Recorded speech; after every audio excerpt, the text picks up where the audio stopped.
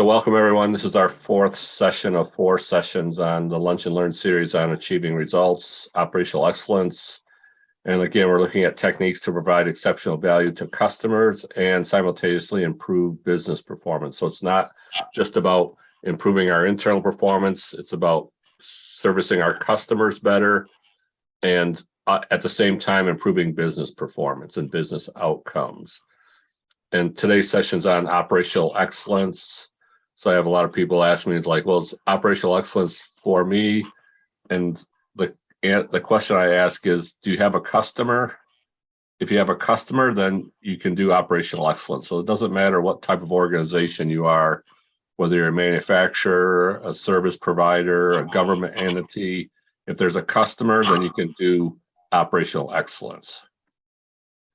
So today's session's on tying all the 3 elements together that we talked to in the first 3 sessions. So we had first session on theory of constraints, second session on lean, third session on Six Sigma, and then this session is about tying all those together. So how do we use techniques from all of them to achieve operational excellence? So the first question is, what is operational excellence? If you go on Google and you try to Google operational excellence, you're going to get hundreds of definitions. So I'm going to talk about what is the framework for it. And then from the framework, how we use the different techniques to achieve operational excellence. So first of all, it starts with the customer. The customers have needs. And of course, different customers have different needs and different markets have different needs. So first we got to understand what are the needs of the customer, and those become the inputs to the organization. So we're using those customer needs as the input. So of course, I've seen companies where the needs of the customer are, well, we need it right away. So it's like availability is a high need for them. Or customers, it's like, okay, I'm not so concerned about having it available right now, but if you give me a due date, I expect you to hit the due date. So reliability is those customers' needs. And of course, maybe some customers have availability as a need, and at the same time, customers have reliability as a need. So how do we service both those needs from the organizational perspective? So that's where the organizational excellence design comes from. And of course, we want the output of our organization to deliver value to our customers. So we're going to have some level of customer satisfaction. And again, we're talking about Blue Ocean here. So if you've read the book Blue Ocean Strategy or looked up the book Blue Ocean Strategy, it's about how to create uncontested market space. You want to be in that blue ocean. You don't want to be in the red ocean where competitors are fighting based on price and those lower levels of competitive advantage that we talked about. Now, if I look inside the organization, there's 3 core functions. So the 3 core functions are finance, marketing and sales, and operations. And so why I call these core functions, because these are the functions that are necessary for a business to function. Yes, there's other functions, but I don't view them as core. I view them as supporting. So of course, finance, we need to make sure that we're meeting our objectives in terms of our financial perspective. We have sales and marketing going out and looking for new opportunities and servicing existing customers. And we have operations that do the value-added stuff to deliver the goods or services to the customer. So we have these 3 functions. They need to be working in concert with one another. So leadership's role is to make sure that these functions are aligned and working in conjunction with one another to bring the best value to our customer while simultaneously meeting the objectives of the organization.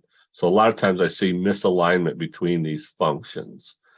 And then we have supporting functions such as HR, IT, quality, right? So these are all supporting functions to these 3 core functions.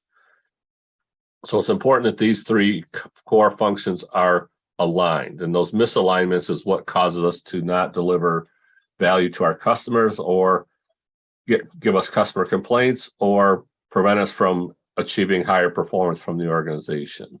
So a lot of times I see finance in conflict with sales. I see finance in conflict with operations. I see sales in conflict with operations. And so those misalignments are some of the things that we need to address in operational excellence. So for example, I've seen issues with the salespeople saying, oh, it's like we don't have enough of the right stuff in inventory. So we need the right stuff in inventory. We need to get the right inventory. We need more inventory. And then finance is saying, no, you have too much inventory. Our inventory costs are too high. So we need to reduce inventory. So that's a conflict. Or sales coming down to operations says, you're working on the wrong stuff. The customer needs this stuff right away. Stop working on that and work on this. So then they're misaligned with what operations, so what operations is working on is misaligned with what sales needs. And then the end of the month comes and finance says, we need to meet the revenue goals for the month. So operations do whatever it takes to get the stuff out the door, overtime, whatever. And then the beginning of the month is like, oh, we need to cut costs, stop running overtime, right? So those are the conflicts that we see in the companies.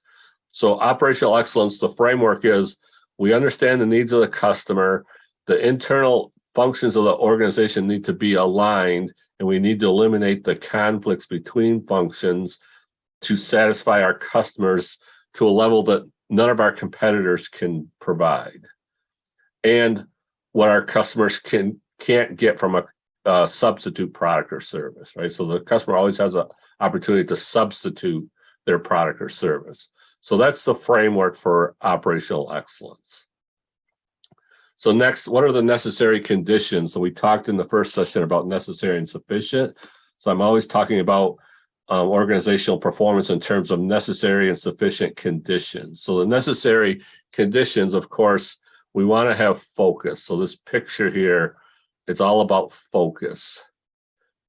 And so what are the necessary conditions to get focus? Number one is we have leadership buy-in and alignment, and we have executable implementation plan.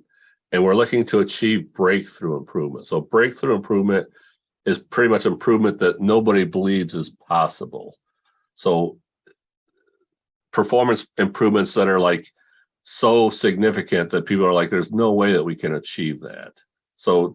But I've done it several times. So achieve that, there's two necessary conditions, right? We need that leadership buy-in and alignment.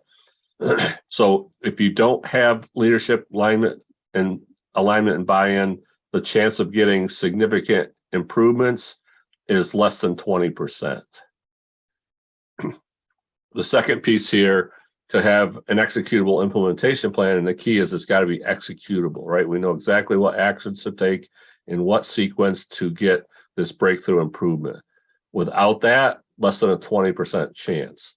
So if you take the leadership buy-in and alignment, we don't have that. We don't have an executable plan. The chance of a company making significant breakthrough improvement in a short period of time, less than 4%. So 20% times 20% is 4%. So if I'm missing one of these elements, the chance of succeeding goes down significantly. So these are the important elements, necessary conditions to get this breakthrough improvement. Now, the sufficient conditions, so again, necessary, we need those two elements in place, and then sufficient, they need to deliver the right results. So first of all, we need to satisfy all the customer needs. So sometimes I go into companies, I ask them, which customer is most important? They're all important, okay? So we don't try to differentiate customers based on, oh, this one we generate more revenue from. Oh, this one pays their bills faster. Oh, this one, so it's a multi-priority system. So all the customers are important, and we need to satisfy all their needs all the time. So not some of the customers part of the time, all the customers all the time. Then we need to meet the needs of the organization. So the stakeholders, so who are the stakeholders? Of course, the ownership, the leadership, the employees, the customers, the suppliers, right? There's a whole bunch of organizational stakeholders. We need to make sure we satisfy all their needs. Then we need to establish the mindset of sustainable improvement. So if an improvement that we make isn't sustainable, then it's not an improvement. So I've seen so many times where companies have made changes and then they get an improvement and then 3 months later they backslide. So it's got to be sustainable. So there's a whole mindset around what needs to be in place to get that sustainable improvement. And then last is establishing a positive change in organizational culture. So what is culture? Culture is, to me, is how decisions get made, how people treat each other, how people interact with each other. Every organization I go into has a different culture. So a lot of companies tell me, oh, you don't understand, we're different. So companies aren't that different. Where they are different is in their culture. So of course, the organizational excellence or operational excellence needs to be designed specifically for the culture.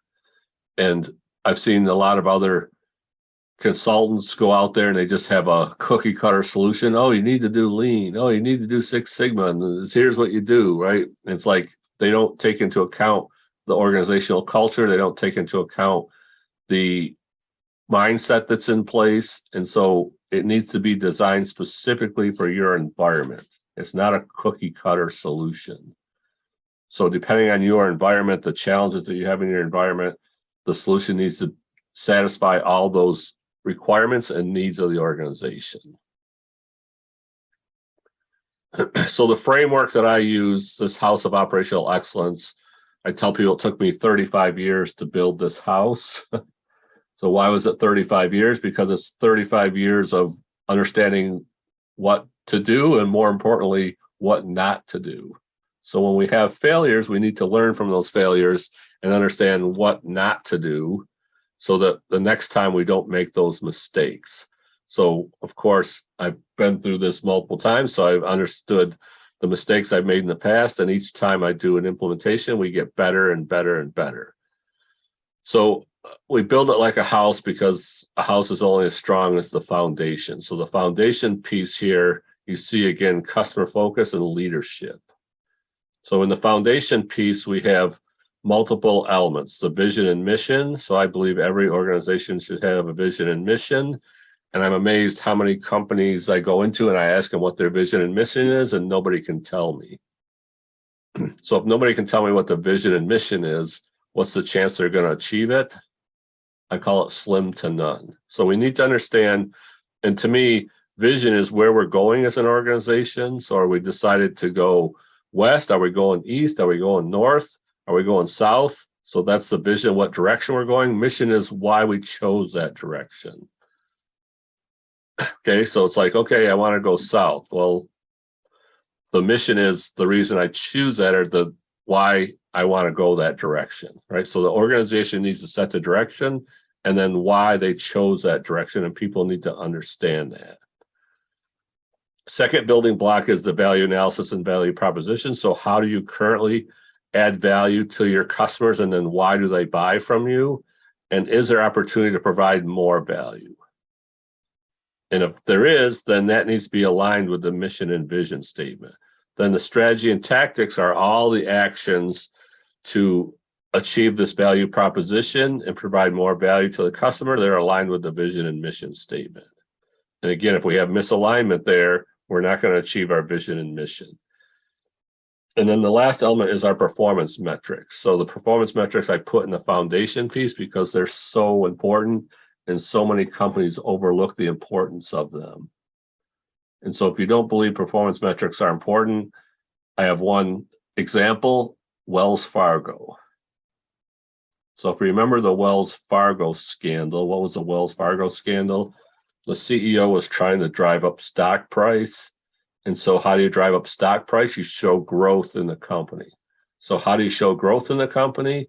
By having new customers open new accounts. Okay, so what were people doing? They were opening up multiple accounts for people. They were opening up false accounts for people, basically committing fraud to meet the goal. That's the power of performance metrics.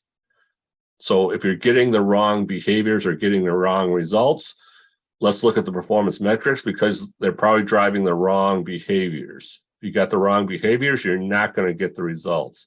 And that Wells Fargo scandal showed the power of performance metrics by people knowing it was wrong, but did it anyhow. Okay, so that's the power of performance metrics. You got to have the right metrics. So then that's our foundation. The next level up is root cause analysis and problem solving. So if I had to classify what companies are worst at, it's doing root cause analysis and problem solving. They don't know how to systematically solve problems. And what I'm talking about here is not only at the process level, at the system level. So I'm looking at root cause analysis and problem solving from the system level. What's limiting the company from getting more throughput? What's limiting the company from improving their delivery performance? What's limiting the company from reducing inventory? Okay, so you can do root cause analysis and problem solving from the process level. Yes, we need to do that. If we understand where the constraint is in the organization, we want to make sure that that constraint stays highly effective. But from the system perspective, we need to understand the cause and effect relationship by why we can't achieve these results that are necessary for this company to sustain and be a viable business in the future. So that's a key element, and I put that as a foundation because companies are so poor at it. And of course, those are the foundation for the 2 pillars. So I only have 2 pillars. The reason that there's only 2 pillars because if one pillar is missing, the house doesn't stand. Now I've seen other models with 3 and 4 pillars, and that tells me if one pillar is missing, the house still stands. In my system, if one of the pillars is missing, the house doesn't stand. So the first pillar that we try to achieve is a stable and capable delivery system. So whatever your customers are requiring, that we're delivering to them, and we're delivering exactly what they wanted, when they wanted, in all the features and functions that they're looking for. Okay, so that has 3 building blocks. The first building block is synchronous flow. So the first step is always to create synchronous flow, where we're basically synchronizing operations to the customer demand. So once we do that, then we're going to work on employee involvement and teamwork. So there's all this low-hanging fruit. So how do we get those low-hanging fruit opportunities? We get people involved and we work as a team to systematically start eliminating these problems.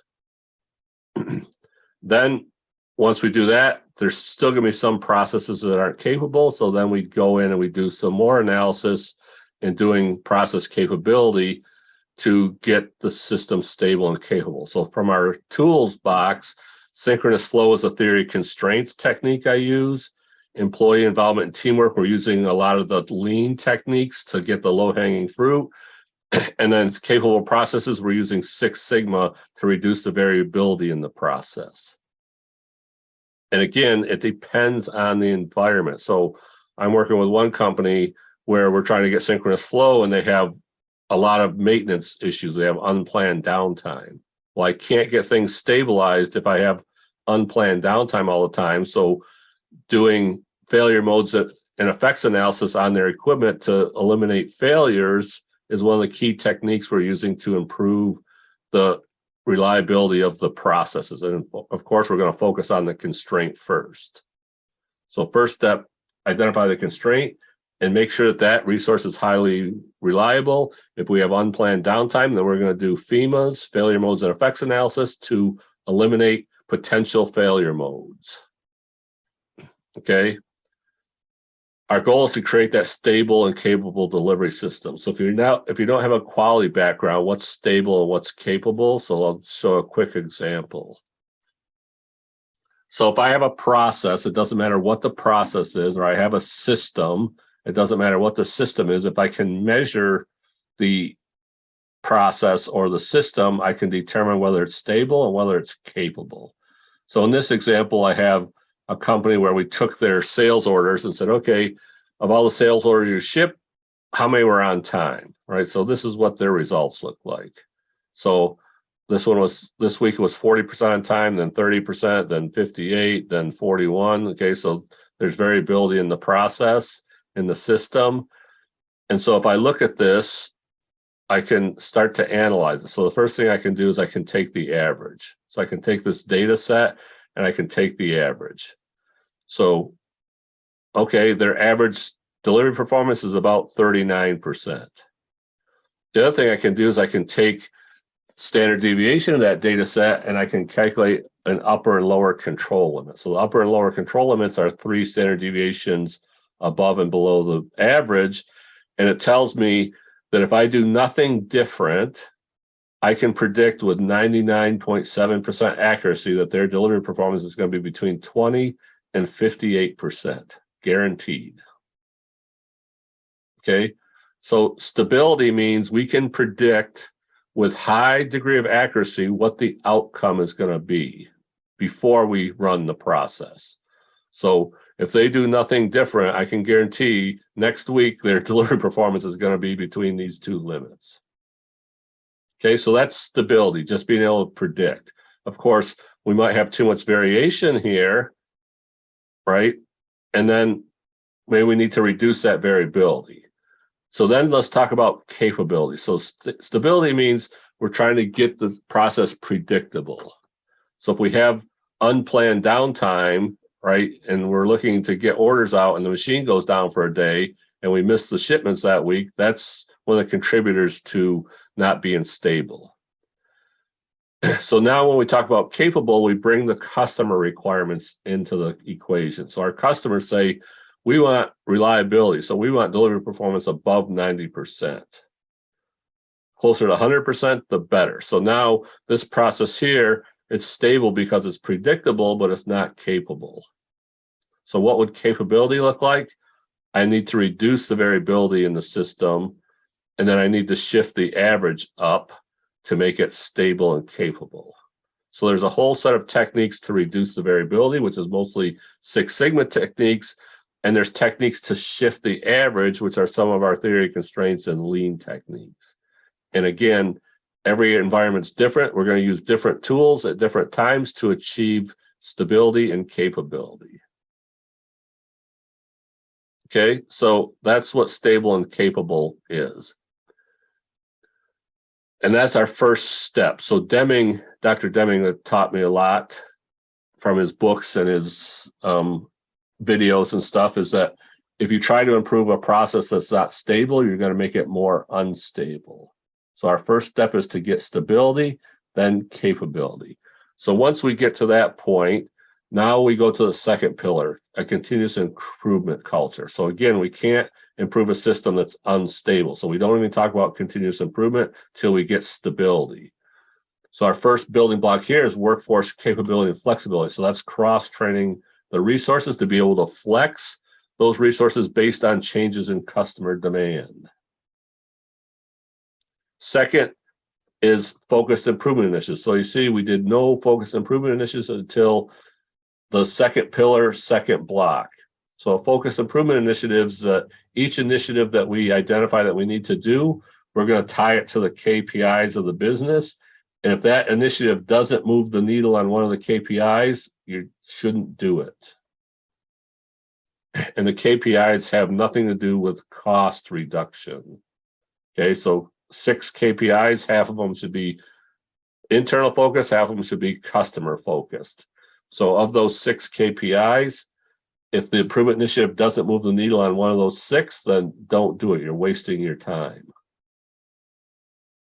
So I did a project with a company where we did a whole process improvement, and they had 14 initiatives that they identified for the year. And so we went through the training. I took them through my workshop. We did their future state design, and then we came up with the initiatives that we need to do to get stable and capable and to start the process of continuous improvement. And so they're like, oh, what about these 14 initiatives that we had identified? So I said, okay, leadership team, take each of the initiatives. We have our KPIs. Tell me which KPI that initiative is going to affect and by how much. So they spent the week taking all their initiatives, trying to tie it to the KPIs. I came back the next week and said, okay, how many initiatives were you able to tie to one of the KPIs? 0. So we froze all 14 initiatives, right? So if it's not going to move the needle, why are you doing it? Okay. So then at this point, you should be well ahead of your competitors and demand will start growing up. So we need to have a systematic capacity expansion process to be able to remain stable and capable while demand is going up. So if you think getting stable and capable is difficult, remaining stable and capable when demand is increasing is 5 times harder. It's extremely difficult. I find very few companies that can do this piece. Okay, so we need to be systematically expanding capacity at a rate at the pace of or faster than our customer demand. If you can't do that, you're going to go backwards and start having all the problems you had before you started the process. So we got to have this process in place to systematically expand the system and remain stable and capable while the company is in growth mode. Then the management system elements that need to be in place to sustain this is, one, how do we make decisions? So of course, a lot of decision making we want to push down to the lower level. So we want to make sure that the alignment between the process performance metrics and the company performance metrics are aligned. If we have misalignment, we're not going to get the results. So we need to push that decision making down. We need to identify profitable growth opportunities. We need to manage change, and then we need to be able to sustain that. So that's the framework of my operational excellence. And again, we're using all the tools and techniques to achieve this. Okay, so let's talk about synchronous flow. So last time we talked about the different elements of flow and activities that transform and activities that don't. In the lean session, we talked about transformational steps, non-transformational steps, and I think we talked about the doctor's office where poor flow. What we want is that improved flow. Okay, so our first step, remember that first bottom box of the pillar is synchronous flow.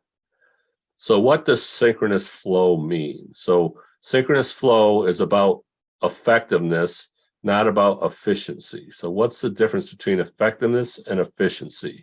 So I like to use an example here. So our goal is to flow work to the demand of the customer. Okay, and I like to use a rowing team as an example. So we have 2 rowing teams here. So rowing team 1, everybody's in sync and rowing together. So if everyone rows together in sync, the boat's going to go in a straight line, the most effective manner to get to the finish line. Okay. In the second boat, we have the second rower here. He's great. He's 3 times more efficient than everybody else. So by him rowing 3 times faster, what happens to the boat? It goes off course. So our goal isn't to make everybody efficient. The goal is to make the system effective. So effective means that everybody's working at the same pace to meet our customer demand. Now, if we have inventory in the system or excess inventory in the system, that's a symptom of efficiency syndrome. We're trying to keep everybody busy and keeping everybody working as fast as possible. That builds up work in process between steps, which causes our performance to go down. Okay, so we're about system effectiveness, not individual process efficiency. Okay, so one of the elements of operational excellence is we're always looking at the system and understanding what do we need to do to make the system more effective. And we need to get out of the efficiency mindset. So we talked about focus. So what limits organizations from making significant improvement? And I'm talking 50%, 80%, 100% improvement in performance. It's management attention. So what is management attention? It's staying focused on the things that we should be doing and not focusing on the stuff that we shouldn't be doing. So remember, if we talk about focus, our focus should be doing what should be done to improve company performance and not doing what shouldn't be done. So if I go into companies, probably 90% of the initiatives that they're doing aren't giving them improved business performance. They're all cost reduction type initiatives, not flow improvement initiatives. Okay, so we need to shift that mindset from cost reduction, we call it the cost world thinking, to flow improvement, which is flow thinking. or throughput improvement thinking. So of course, to get better, we got to do something different. Okay, so that means we got to change. Okay, so I use this change matrix as a tool to help us understand the system. And of course, there's remain the same, right? Don't do anything different, or change. And then we have positives and negatives of each of those two conditions. So we always start here at the negatives of not changing. So that's all the alligators. So all the issues that you're dealing with day to day. These are easy to find. You just go ask people to complain about their job. They'll give you all the alligators. I never have the right tools. People keep stealing my tools, right? The machine keeps breaking down. We're running too much overtime, right? It's like they'll tell you what the negatives are. But remember, those are the symptoms, not the causes. So why I have problem solving is one of the foundation pieces. You need to take those symptoms and understand what's causing them. So we're starting here at the negatives of not changing. And then we want to define what is our pot of gold. So this is leadership defining where are we going as an organization? What does good look like? Okay, so once we define what good looks like, then we have the negatives of change. So if you've been in a meeting in a company and you suggested an idea to make an improvement and 5 people said, oh, that'll never work, and they give you reasons why it'll never work, those are the negatives of change. So to be a comprehensive solution, we need to eliminate the alligators, also minimize the risks, the negatives of change, and we'll talk about how to do that. And then, of course, the positives of not changing, we want to continue to do the things that we do well. So the operational excellence direction becomes, what do we need to do to eliminate the alligators to achieve our pot of gold? Let's continue to do things that we do well, and then minimize the risks that are preventing us from achieving that. Okay, so when you ask people to do something different, they're going to resist. And so the reason they resist is because the layers of resistance. So there's 7 layers of resistance. And if we don't take people systematically through the different layers and get agreement, then they're going to resist. So the first layer is why change. So that's, we don't even agree that there's a problem. So I actually have one company I did a workshop for, and they're like, well, we'd like to move to implementation, but we can't agree on what to do. So they can't even agree on what is the problem, or there even is a problem, right? Some people are like, well, we're fine. Why do we need to do anything different? Okay. Second layer is disagreement on the problem. So we don't even agree what the problem is. Third layer is the agreement on the direction of the solution. So once we define the problem, there's multiple ways we can solve the problem. The question is, what's the best solution for the problem? And if we don't get agreement on that, people will just start arguing about what initiatives we should be doing. Oh, I think we should do this. Oh, I think we should do that. And then nobody agrees. Layer 3 is disagreement on the solution, the details of the solution. So how are we actually going to implement it? Layer 4 is disagreement on the negative ramifications. So these are what we call the yes buts. So when you've ever been in a meeting and you said, oh, I think we should do this, and people say, oh, that's not going to work because, or that'll never work because, then those are all the negative ramifications that they see. Because I've seen a lot of solutions that people put in place that have positive effects and then a bunch of negative effects for other departments from the solution. So to be a complete solution, it's got to be a win-win. It's got to be a win for the person that the solution's put in place for, and a win for all the supporting functions so that they don't have to do more work or have negative implications from that solution. Then layer 5 is agreeing on the details of the implementation. Layer 6 is disagreement on the risk, or like we call unverbalized fear. So to be a complete buy-in, you got to overcome all these layers of resistance. So if we go back to our change matrix and we have our 4 elements, if we look at the layers of resistance, people that are in this quadrant of the positives of not changing are like, they're in layer 0. I don't even understand why we're talking about this because everything's fine. Why do we even need to change? Then people that are in layer 1 they can understand all the alligators, the effects, the negative effects we're having, but they can't agree on what's causing it. And then layer 2 is they agree that we need to change. They agree on the problem, but they don't agree on the solution that was selected. So unless you're trained in managing change, you'll get in a meeting and you'll just get frustrated and walk out because like, man, these people don't even understand, right? It's like they just shot down my idea 10 different ways. Okay, so the only way to get good at managing change is to practice, understand the layers of resistance, and then practice one-on-one with people. Never do it in a group setting. If you do it in a group setting, you'll get slaughtered.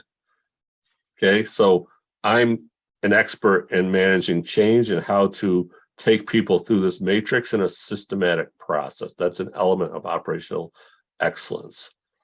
So when we look at building a high-performing organization, there's 4 steps. First step is what to change. So what are the cause of all the alligators? We call that the managerial know-how. We need to be able to look at the system and understand what's causing these undesirable effects in terms of late deliveries, too much overtime, quality problems, unplanned downtime, excessive overtime, okay? If we don't understand what's causing those, the chance of fixing them, slim to none. Second step is what to change to. So what does good look like? That's the operational know-how. So what's our pot of gold? What are we trying to achieve? Step 3 is how to cause the change. So that's the psychological know-how. How do we eliminate the alligators? And then how do we sustain the change? That's the behavioral know-how. That's to minimize or eliminate the crutches and create and keep more mermaids. Okay, so this is a mind shift change from where you are to where you want to be. Warning, don't become complacent. So there's always opportunities to get better, and companies that become complacent, that's dangerous. Doesn't matter what size organization, if you become complacent, you can lose market share and you can become obsolete, AKA Kodak. Okay, so don't become complacent. So what is mindset? So it's a set of beliefs or a way of thinking that determines someone's behavior, outlook, and mental attitude that impacts the outcome of someone's endeavors. So what should the organizational mindset be?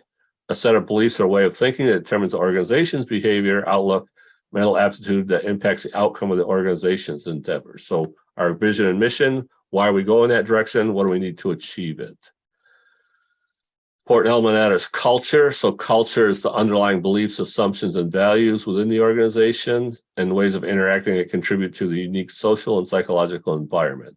So you see mindset is in the middle of the culture here. So I can't stress how important the mindset is to improving the organization's performance, because mindset affects all of these behaviors, actions, performance, and attitude. So I have a whole list of mindsets that I've seen in companies that are preventing them from getting better performance. And there's a list of about 15 of them. So we need to establish the correct mindset. So what is mindset for change? So conscious awareness. So are we aware of what's happening in our environment and why it's happening? Okay. Reactive attitude. So the reactive attitude is dealing with issues after they occur. So we need to change that mindset from here's all the issues that are happening and we're only dealing with the issues when they after the fact, but we need to shift the perspective. So thinking or doing something differently to change yourself, situation, or environment. So we need to look at it from a different perspective. As soon as we look at it from a different perspective, it's amazing what you will see. So then change in paradigm. So a paradigm is a way of thinking or a belief. We need to change that fundamental belief. And because people have assumptions, so if I take this action, I assume it's going to achieve this result. And if we take that action and it doesn't achieve that result, my assumption wasn't valid. I need to go back and understand where did I have a false assumption and recalibrate it. So then we want to move to the proactive attitude where we prevent issues from before they occur. So switching from reactive to proactive is a huge culture shift in organizations. But once you start getting the proactive approach and attitude, it's like a snowball effect. As you do more and more, it starts to get bigger and bigger and accelerate at a faster pace. So if I take a snowball and roll it down the hill, it starts out small and pretty slow, but as it goes down the hill, it picks up speed and size. Okay, it's the same in organizations. So building a high-performing organization starts with developing the value proposition from the customer and focusing on the significant needs. Then creating a future reality to improving customer value. Then developing the key performance indicators and the strategy and eliminating metrics that don't align, and then achieving buy-in from all levels of the organization and addressing negative implications. So what's the goal to achieve the future state? So that's why my company is called Future State Engineering. I help companies design their future state. It's basically a blueprint to get to high performance. So what's the blueprint? So first of all, we need to gain insight to the current obstacles. So what's the current environment? What's preventing us from achieving more performance? Satisfying our customers to a higher level and improving customer performance simultaneously. Then second, provide the roadmap to achieve high performance. And it's achieved by establishing what to change to, how to cause that change, and then of course it's sustained by sustaining the change. So I have a process called the design sprint. The design sprint is designed to help you create this blueprint. It's a 3 to 4 week process.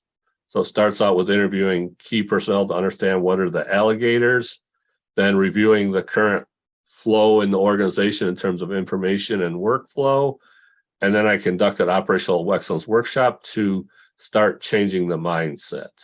So the operational excellence workshop, we go through 4 paradigm shifts that are typically necessary for a company to improve to high performance. Then once you have the alligators, we understand the current flows, we have the new mindset, then we can start to understand why we have all these issues. And again, we're focused on the negatives. We're not focused on the things that you do well. Then you design your future state. From the future state, we sequence all the injections and develop the goal tree and then establish the implementation plan. So in about a 3-week window, you'll have your blueprint for success. Time-wise, it's 1 hour interview with each person, 1 day workshop, half a day reality review, half a day design, and then about a 2 hour goal tree implementation plan. So it's about 20 hours of commitment for each of the employees involved in it. And it's about over 3 to 4 weeks. So what's the results?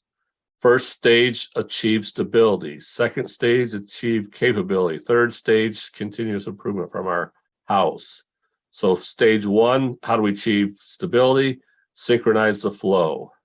This will improve delivery performance, reduce inventory, and free up cash. Achieve capability, we get employee involvement, process improvement, and lead time reduction. Then continuous improvement, cross-training employees, focused improvement initiatives, capacity expansion. So this company is a real case study of just the results from achieving stability. And I'm talking breakthrough results. And of course, if you haven't been through my workshop, you're gonna be like, this isn't possible. So their percent late orders went from 40% late, so that's about 60% on time, to less than 5% in a time frame of about 3 months. Work in process went from 2.5 million to 1 million in about 3 months. So in 3 months, we reduced the customer lead time from 18 weeks to 8 weeks, on-time delivery from 60% to 92%, work in process reduced by 1.5 million, so 150% reduction, overtime reduced by 75%, total plant output increased by 40%. Just achieving stability in 3 months. Okay, so my rule of thumb is whatever your current lead time is, you can achieve stability in about 3 lead time cycles. So if you're, for example, our current lead time is about 4 weeks from release of a product in production to shipment, then in about 12 weeks, you can achieve stability and see these types of results. Okay, next steps. 4-step process, what to change. So how do we get the managerial know-how? Our operational excellence workshop is a technique to do that. So we educate people on the different concepts of what it takes to be high performing, what to change to. So how do we get the operational know-how? Our design sprint to create that blueprint for success. How to cause a change. So the psychological know-how. So that's the implementation, planning, and how to sustain the change. So that's the behavioral know-how, creating internal champions, doing training, coaching, and mentoring so that the internal champions can sustain the gains and help coach employees when they do things that aren't aligned with the objectives.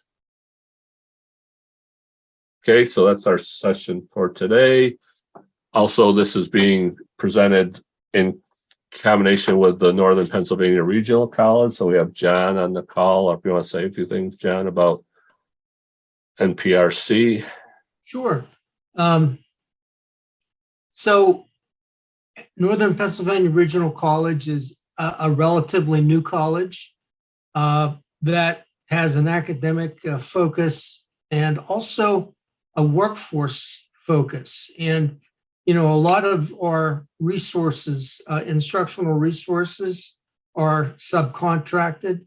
And that's going to be the case with future state engineering. I can tell you that we're very excited about this. I think there's a demand, a continued demand out there. The assessment, the upfront stuff that is done is really impressive. And it reminded me of an old saying. And Max, maybe you've heard this before, but if you always do what you always done, you always get what you always got. Yep. When I think of continuous improvement, I think of that. But anyway, there's my contact information. Certainly want to have discussions quite possibly with individuals that have attained this. You may be thinking, well, this is good for the school district. Let's bring them in. Or this is good for Superior Tire. Let's bring them in. And if you want to do that, please call me and we can make those arrangements. So thank you, everybody. We really appreciate your attendance. I'll turn it back over to Max. Yeah, so I have a couple of quotes that I like. That's one of them. So Henry Ford said, if you always do what you always did, you always get what you always got. And then the definition of insanity, right? Doing the same things over and over and expecting different results. So we got to do something different. We got to have a different mindset, and we need to change our system. So the system is how we operate as an organization. So I'd like to open up for questions. If people have questions, we got a few minutes left. And I have one question that came in here. So what's the best way for someone to get an organization to get leadership buy-in? So that's a great question. So again, it requires alignment and buy-in from all levels. Of course, it's got to start with leadership. So a lot of times people attend these sessions that are in middle management.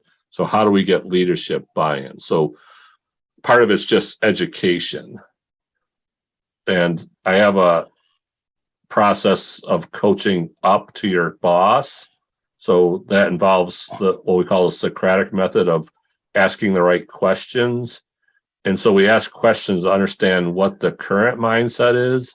And once we understand the current mindset, then we can start asking questions to change the mindset a little bit.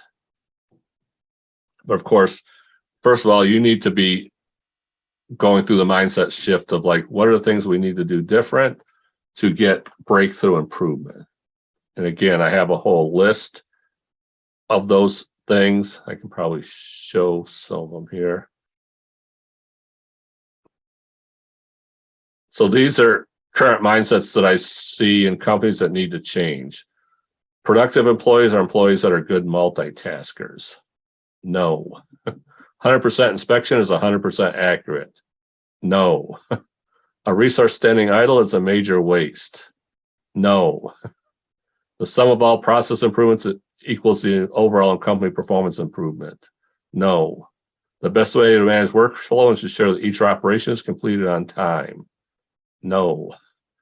The better way to better service a customer is to hold more inventory. No. The price to charge a customer for product or service is based on cost, labor, material, and overhead plus margin. No. So if you have any of these mindsets in your company, there's huge opportunity.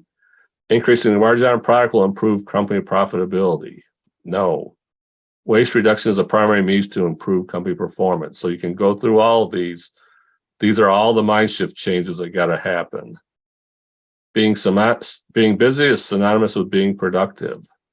Running overtime to increase direct labor hours reduces overall overhead.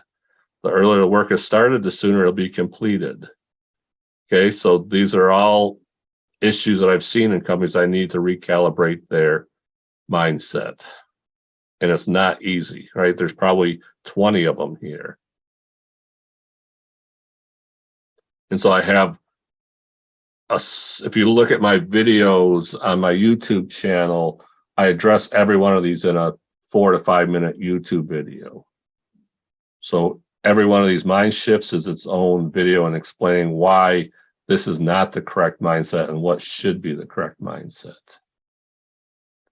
So that's another resource.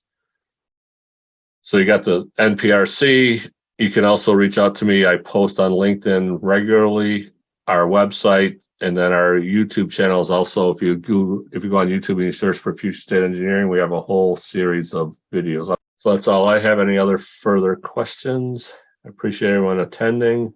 Hope you learned something. Have a great day.